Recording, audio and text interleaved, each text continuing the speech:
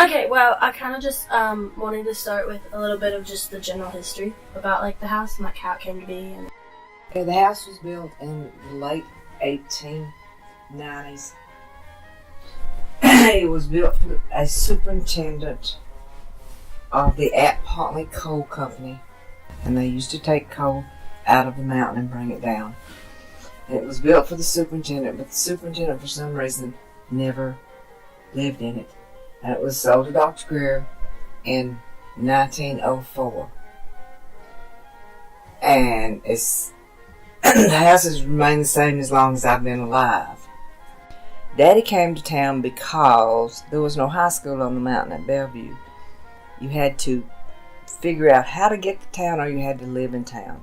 And he came to town, and he helped Uncle Dione around the place here, and he went to high school. And that's how I met my mom. And then Daddy went in the service, and he came back, and he went to school. He and another man here went to school on the GI Bill. They drove to Knoxville, and Daddy got his college degree. Then Daddy went to work in Dunlap at the ASCS office when I started school down there. And we stayed down there till I was in the 3rd grade. And that was when Mimi broke her leg. And Daddy, or her hip rather, and Uncle Dione, as I was told, I wasn't involved in this, Uncle Dione told Daddy if he would come back and take care of Mimi, that he would give him the farm. And we did. We came back and we took care of Mimi, and Tippy used to go in and tell Mimi, say, Mimi, one of your legs is shorter than the other, which it was, because it was broken. The hip was broken. so I wanted to kind of like maybe talk about how like if things were like broken on the farm, like you just kind of use what you had on hand to like fix things, because that's like kind of my project, is because we used a lot of just things that were on hand to like attempt to put back together the chicken Daddy house. always did. Whatever was broken, he figured out a way to fix it. You didn't buy many parts. Farmers didn't have the means to buy new parts. They just figured out how to make it work. Now the chicken house, there's always been chickens. And the carriage house has always been there. The brooder house is always there because they ordered chickens the beginning of the year, and they were delivered through the post office the next year, and they used them in their cooking. I didn't like the chickens because the chickens pecked at you. However, the chickens were out during the day.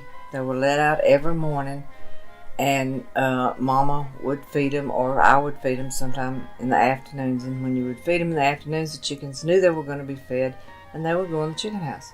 And you would put the feed in the trays that were metal, and you would make sure they had water. And then you would close the door. The chickens would roost overnight. There was 2 planks, I guess you would call them, in the back, and the chickens would roost there. They would get there and they would sleep. They slept standing up. And then there was different nests.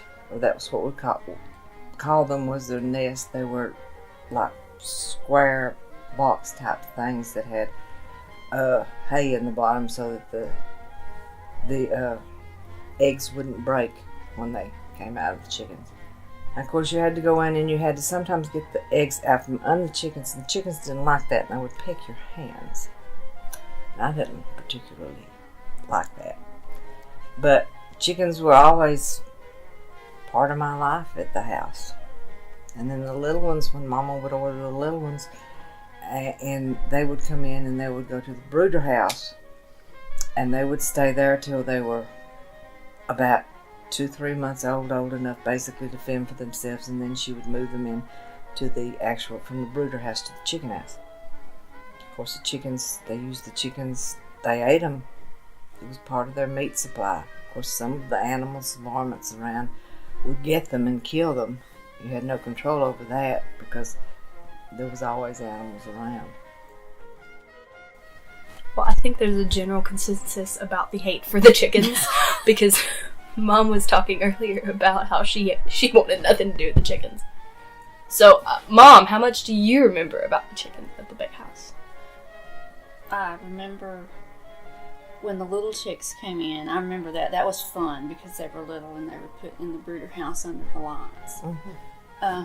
But now when they got older, no, I didn't care anything about them. Because one day she was letting them out. Mama opened the door and I was standing in the wrong place and one flogged me kind of. My love for chickens was over then. Over. I was done. But there was always chickens. I remember her wringing their necks. Oh yeah, she wrung their necks when she killed them. She didn't use a knife or And then they'd flop around their bodies hatchet. without their head.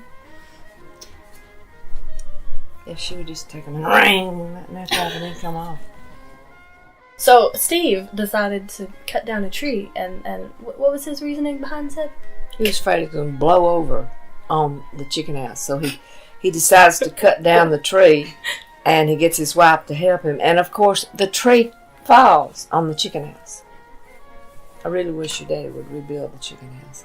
Oh, I'd love to. That would be nice. I mean, it would be actually a nice little apartment because it was it'd be like a tiny house. Yeah, I remember them chickens coming in and putting them under them little lamps and getting them from the post office in a big old brown box, and they'd just be chirp, chirp, chirp, chirp, chirp, chirp. There's like Easter chickens. That's what size they were. They were little bitty chickens. They were like pets. But they grew into big devils. They didn't peck at that age at all. No, they didn't. They were so sweet. And I'd have to go, Mom sold eggs, but don't know why. It cost her more to raise the blooming things and feed them than she got out of selling them. Now you know about all I can tell you.